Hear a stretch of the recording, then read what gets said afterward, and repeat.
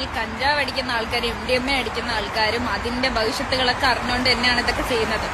ഭാവിയിൽ അവർക്ക് അതിൽ വരാൻ പോകുന്ന എന്തൊക്കെ പ്രശ്നങ്ങളാന്നുള്ളത് നല്ല ബോധം അവർക്കുണ്ടാവും.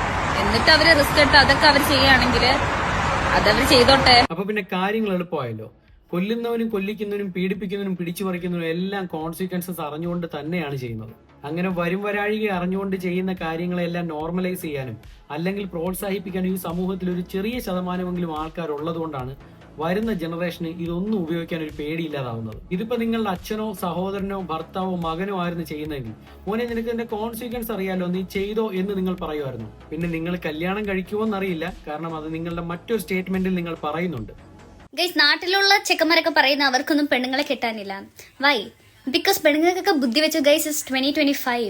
പെണ്ണുങ്ങൾക്ക് മനസ്സിലായി കല്യാണം കഴിച്ച് അവിടെ ലോക്കാവുന്നതിനേക്കാളും നല്ലത് ജോലി മേടിച്ചിട്ട് സ്വന്തം കാര്യം നോക്കി ജീവിക്കുന്നതാണെന്ന്. ബിക്കോസ് എന്തൊക്കെ പ്രശ്നങ്ങളാണ് കേരളത്തിൽ നടക്കുന്നത്. റേസിസ്റ്റ് ആയിട്ടുള്ള ഭർത്താവ് ഭാര്യനെ മെന്റലി ടോർച്ചർ ചെയ്ത് ഭാര്യ ആത്മഹത്യ ചെയ്യുന്നു. And physical abuse and mental abuse, അതിന്റെ കാര്യങ്ങളൊന്നും പറയാൻ വേണ്ട. There are a lot of cases and there is a big history.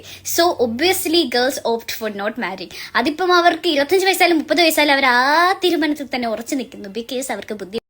ഒരു പുതിയ കൾച്ചറിലേക്കുള്ള മാറ്റവും സോഷ്യൽ മീഡിയയുടെ ഇൻഫ്ലുവൻസും ജോലിയോടും വരുമാനത്തോടുമുള്ള എക്സ്പോഷറാണ് പല പെൺകുട്ടികളെയും അങ്ങനെ ചിന്തിപ്പിക്കുന്നത്. ജനറലൈസ് ചെയ്ത് പറയുന്നല്ല, എങ്കിലും ഒരാണിന് നല്ലൊരു ജോലി കിട്ടി നല്ലൊരു പൊസിഷനും സാലറിയും ആയി കഴിയുമ്പോൾ അവൻ ആദ്യം ചിന്തിക്കുന്നത് ഞാൻ സെറ്റിൽഡായി ഇനി ഒരു കുടുംബജീവിതത്തിലേക്ക് കടക്കാം, വിവാഹം കഴിക്കാമെന്നാണ്. നേരെ മറിച്ച് ഒരു പെൺകുട്ടിക്കാണ് നല്ലൊരു ജോലി കിട്ടി നല്ലൊരു പൊസിഷനും നല്ലൊരു സാലറി ആവുന്നതെങ്കിൽ അവൾ ആദ്യം ചിന്തിക്കുന്നത് ഞാൻ ഇൻഡിപെൻഡന്റ് ആയി, എനിക്കിനി ആരുടെയും സഹായം വേണ്ടെന്നാണ്.